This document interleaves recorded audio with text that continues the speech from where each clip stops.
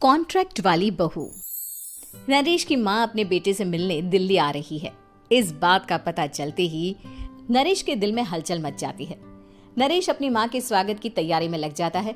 साथ ही उसे डर भी सताने लगता है कि उसकी माँ कहीं अपनी पुरानी जिद पर फिर से बैठ ना जाए। हे भगवान, इस बार बचा लो, अगले साल पक्का माँ की जिद पूरी कर दूंगा। तभी दरवाजे की घंटी बजती है।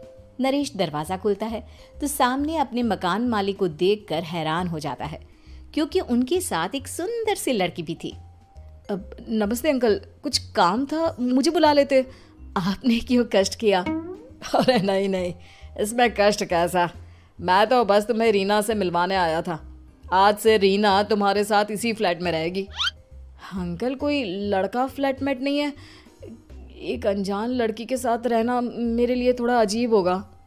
देखो नरेश, मैं तुम्हें पहले भी बता चुका हूँ कि इस फ्लैट में तुम्हें किसी ना किसी के साथ एडजस्ट करना ही होगा, या फिर तुम अकेले पूरे फ्लैट का किराया दे दो, मैं किसी को नहीं रखूंगा। नरेश अपने मकान मालिक की बात सुन के रीना के साथ रहने के लिए तैयार हो जाता है, पर अंदर ही अंदर उसे ये बात खाने लगती है कि वो अपनी माँ को क्या जवाब देगा जब उसकी माँ रीना के बारे में उसे पूछेगी। दिन बीतने लगते हैं। नरेश और रीना अच्छे दोस्त भी बन जाते हैं, पर अभी भी नरेश अपनी प्रॉब्लम का सॉल्यूशन नहीं ढूंढ पाता। एक दिन नरेश बहुत परेशान सा बैठा होता है। तभी रीना उसे पूछती है, क्या हुआ नरेश, तुम काफी परेशान लग रहे हो, सब ठीक तो है ना? हाँ सब ठीक है, बस एक छोटी सी प्रॉब्लम है। वो एक्चुअली 2 दिन बाद मेरी माँ मुझसे मिलने आ रही है। अरे तो इसमें प्रॉब्लम क्या है, ये तो खुशी की बात है। हाँ रीना, बट मेरी माँ एक जिद लेकर बैठ गई है कि मैं शादी कर लूँ, पर मैं अभी इस चीज़ के लिए तैयार नहीं हूँ। ऊपर से जब वो तुम्हें देखेगी तो 100 सवाल करेगी, क्या जवाब दूंगा? अरे इसमें कोई टेंशन वाली बात नहीं है, मेरे पास ना इस प्रॉब्लम का सलूशन है, जिससे ना तुम्हें शादी करनी पड़ेगी और ना ही तुम्हारी माँ मेरे बारे में कुछ पूछेंगी। रीना की बात सुनकर नरेश सोच में डूब जाता है। वो सोचता है कि रीना खुले ख्यालों वाली लड़की है, कहीं माँ को सच बता ना दे। नरेश को सोच में डूबा देखकर रीना कहती है, अरे क्या हुआ, किस सोच में पड़ गए?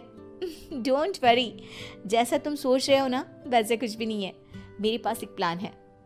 मैं कुछ समझ नहीं पा रहा हूँ, कैसा प्लान? मैं समझाती हूँ। हम ना एक कॉन्ट्रैक्ट मैरिज कर लेते हैं। फिलहाल मेरे पास जॉब नहीं है, तो तुम इस रूम का किराया दे देना जब तक तुम्हारी माँ यहाँ रहेंगी, सिर्फ तब तक। और तुम अपनी माँ से कह देना कि मैं तुम्हारी पत्नी हूँ, इससे वो मेरे यहाँ रहने पर कोई सवाल भी नहीं करेंगी। अरे बात तुम्हारी ठीक है, पर माँ से झूठ बोलना, ना ना बाबा, मैं ये रिस्क नहीं ले सकता। कोई और आइडिया दो ना तुम। देखो मंजूर हो तो बोलो, वरना सच बता दो, मुझे कोई प्रॉब्लम नहीं है। रीना की बात सुनकर नरेश सोच में डूब जाता है। बहुत सोचने के बाद जब उसे कोई रास्ता नहीं मिलता तो वो रीना के बताए हुए रास्ते पर चलने के लिए तैयार हो जाता है। वो रीना से बात करता है और अपनी माँ की पसंद और नापसंद के बारे में बताता है। रीना भी नरेश की सभी बातों को ध्यान से सुनती है, ताकि कहीं उससे कोई गलती ना हो जाए। आखिर वो दिन भी आ जाता है जब नरेश की माँ उससे मिलने दिल्ली आ जाती है।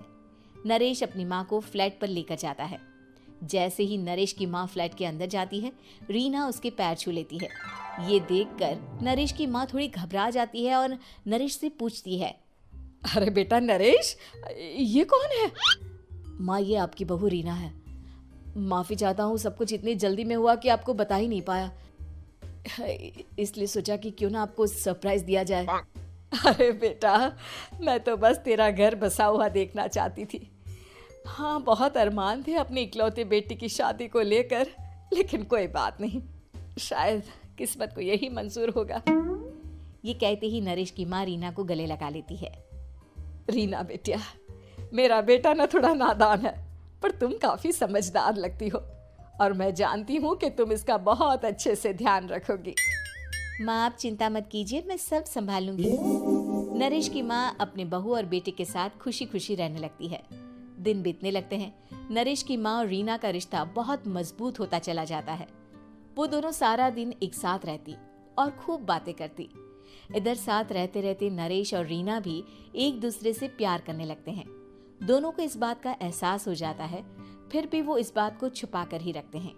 एक दिन नरेश की माँ और रीना शादी के बारे में बात करने लगते हैं।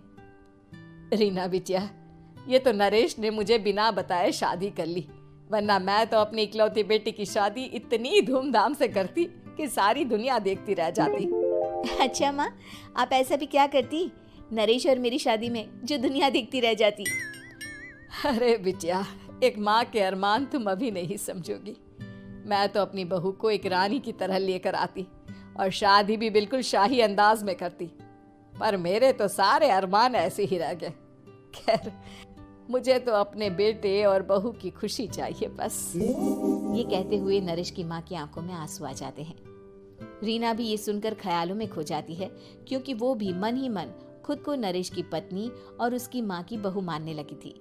शाम को जब नरेश ऑफिस से घर आता है तो रीना खुद को रोक नहीं पाती और नरेश के सामने उसकी माँ को अपने और नरेश के रिश्ते का सारा सच बता देती है। रीना की बात सुनकर नरेश की माँ दोनों से बहुत नाराज हो जाती है और घर वापस जाने की बात करने लगती है। तुम दोनों ने मुझसे सच छुपाकर बहुत ठेस पहुंचाई है मुझे। अब तुम लोगों के साथ नहीं रहना चाहती मैं, कल ही वापस चली जाऊंगी अपने घर। माँ, मुझे माफ कर दो, ये सब मैंने रीना के कहने पर ही किया है, वरना मैं भी आपको कभी ठेस पहुंचाने के बारे में सोच भी नहीं सकता। हाँ माँ, हमने ये सिर्फ आपका दिल रखने के लिए किया, प्लीज हम दोनों को माफ कर दीजिए।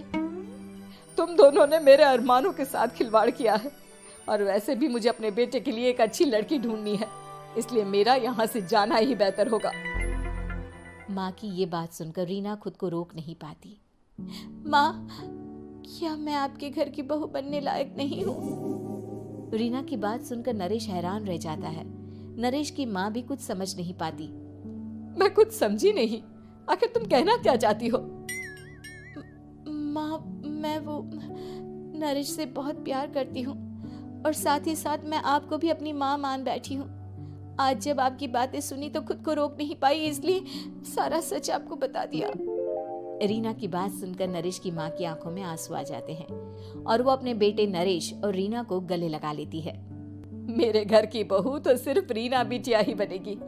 मैं आज ही तुम दोनों की शादी की तारीख निकलवा दूंगी, बस एक बार तुम्हारे घर वाले मान जाए। उसी दिन रीना के माता पिता भी उनके फ्लैट पर आ जाते हैं। दोनों परिवार आपस में बैठकर बातें करते हैं और शादी के लिए राजी हो जाते हैं। रीना भी कॉन्ट्रैक्ट फाड़ देती है और कहती है, सही मायने में मैं अब बहू बनूंगी, अब तक तो सिर्फ कॉन्ट्रैक्ट वाली बहू थी।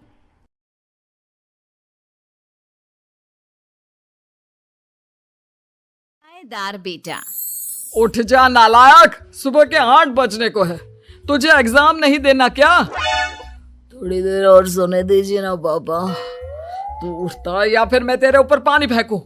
रोज गधों की तरह सोता रहता है, पेपर की कोई टेंशन ही नहीं है। और एक हमारा समय था जब हम पेपर में फेल होने के डर से रात भर पढ़ा करते थे, सो ही नहीं पाते थे। तो क्या आप उसका बदला मुझसे लेंगे? मैं 15 मिनट बाद उठ जाऊंगा, आप प्लीज जाइए, मुझे डिस्टर्ब मत कीजिए। इतना कहकर रौनक रजाई ढककर फिर से सो जाता है। तू वैसे नहीं मानेगा, रुक मैं अभी पानी लेकर आता हूँ। बस फिर क्या था, इतना कहकर वो भागते हुए बाथरूम में जाते हैं और पानी की एक बड़ी सी बाल्टी लाकर रौनक के ऊपर फेंक देते हैं। पानी पड़ते ही रौनक झट से उठ जाता है। ये आपने क्या किया पापा? अब तो उठेगा नहीं तो यही करना पड़ेगा ना। वैसे थैंक्स डैड, आपके कारण ना अब मुझे नहाने की भी जरूरत नहीं पड़ेगी। चलिए अब आप माँ से बोलकर मेरे कपड़े निकलवा दीजिए, तब तक मैं ब्रश कर लेता हूँ। वैसे कल ना आप एक काम और करना, नहलाने के साथ साथ मुझे ब्रश भी करवा देना। ये ब्रश करने में ना मुझे बहुत आलस आता है। रौनक की बातों से अरविंद का मुंह खुला का खुला रह जाता है। वो अपनी पत्नी कमला के पास जाता है और रौनक की हरकतों के बारे में बताता है, जिसे सुन उसकी पत्नी हंसने लगती है। तुम अपने बेटे को समझाने के बजाय हंस रही हो। रौनक बच्चा है, धीरे धीरे सुधर जाएगा, आप क्यों उसके पीछे पड़े रहते हो? अभी नहीं सुधरेगा तो कब सुधरेगा? 10वीं क्लास में है रौनक, वो अब कोई बच्चा नहीं रहा। अरविंद की इतना बोलते ही वहां रौनक भी आ जाता है। क्या डैड, मैंने आपको एक काम दिया था, वो भी नहीं हुआ आपसे। अरे क्या हुआ बेटा? माँ, मैंने डैड से बोला था कि वो आपको बोलकर मेरे स्कूल की यूनिफॉर्म निकाल दे, लेकिन मेरे पीछे पड़ने के अलावा इनसे एक काम ढंग से नहीं होता। देख रही हो कमला, देख रही हो अपने लाडले को? अरे आप चुप रहिए जी। चलो बेटा, मैं तुम्हें कपड़े निकाल कर दे देती हूँ बस। ऐसे ही साल पर साल बीतते जाते हैं, लेकिन रौनक के रवैये में कोई बदलाव नहीं आता। वो पहले से भी ज्यादा आलसी और पूरी तरह अपने माता पिता पर निर्भर हो जाता है। 2 साल बाद पता नहीं कहाँ गायब रहता है पूरे दिन। अब तक तो आ जाना चाहिए था। अरे आप इतनी फिक्र क्यों कर रहे हो उसकी? दोस्तों के साथ खेल रहा होगा, आ जाएगा अभी। ये कोई टाइम है खेलने का? 10 बजने वाले हैं, इतनी रात में कौन खेलता है? कमला कुछ कहती उससे पहले ही रौनक वहां आ जाता है। मम्मी, जल्दी से खाना लगा दो, बहुत भूख लग रही है। तुम्हें तब तक खाना नहीं मिलेगा जब तक तुम बता नहीं देते कि इतनी रात गए कहां से आ रहे हो। ओ प्लीज डैड, अब आप एसी पे प्रद्युमन बनकर मेरे सर पर बंदूक लेकर मत बैठ जाना। अपनी फालतू की बकवास बंद कर और बता कहां से आ रहा है। माँ, अब समझाइए ना डैड को। बता देना बेटा, इनको भी तसल्ली हो जाएगी। आप बोल रही हैं तो बता देता हूँ। मैं दोस्तों के साथ मूवी देखने गया था, इसलिए देर हो गई। तो इन सब चीजों में मेरे पैसे उड़ाता है। कभी 1 रुपया कमाने के बारे में सोचा है तूने? जब देखो हवा की तरह पैसे उड़ाता रहता है। माँ, अब आप इन्हें चुप करा दीजिए, वरना ना मुझे गुस्सा आ जाएगा। अच्छा, क्या कर लेगा? बता ना, क्या कर लेगा तू? वैसे बात तो ठीक ही है, मैं कर ही क्या सकता हूँ। पैसे तो फिर भी मैं आपसे ही मांगूंगा ना। चलिए अब ये सब बात छोड़िए और मम्मी, मेरे लिए खाना लगा दीजिए। अभी लगा देती हूँ बेटा। मैं बता रहा हूँ कमला, एक दिन ये ऐसे ही बिगड़ जाएगा। ओफो, आप क्यों इतना पीछे पड़े रहते हो मेरे बच्चे के? बात की बाद में देखेंगे, अभी आप शांति से उसे खाना खाने देंगे। अगले दिन डैडी, मुझे 10,000 रुपए चाहिए। हाँ? अब इतने पैसे क्यों चाहिए तुझे? डैड, आप बिना सवाल किए कभी पैसे नहीं दे सकते क्या? जब तक तू बताएगा नहीं, तुझे पैसे भी नहीं मिलेंगे। अरे, अब आप अपने बेटे को पैसे भी नहीं दे सकते? नालायक, तेरी उम्र के लोग नौकरी करते हैं और एक तू है जो नौकरी करने का नाम ही नहीं लेता कभी। आप लोगों के होते हुए भला मैं नौकरी क्यों करूं? अरे हम कब तक पैसे देंगे तुझे? तुझे भी तो अपने पैरों पर खड़ा होना होगा ना। कौन सा उधार के पैरों पर खड़ा हूं? अपने ही तो पैरों पर खड़ा हूं मैं। इसी तरह रौनक दिन प्रतिदिन लापरवाह होता जाता है। उसकी लापरवाही को देखते हुए अरविंद और कमला अपने बेटे की शादी कराने का फैसला लेते हैं और 1 महीने के अंदर अंदर ही रौनक की शादी मेघा नाम की लड़की से करा देते हैं। शादी के कुछ दिन बाद, रौनक, मुझे एक अच्छी सी साड़ी चाहिए, आप ला दोगे ना? हाँ, क्यों नहीं। कितने तक की आती है साड़ी? यही करीब 5,000 तक की।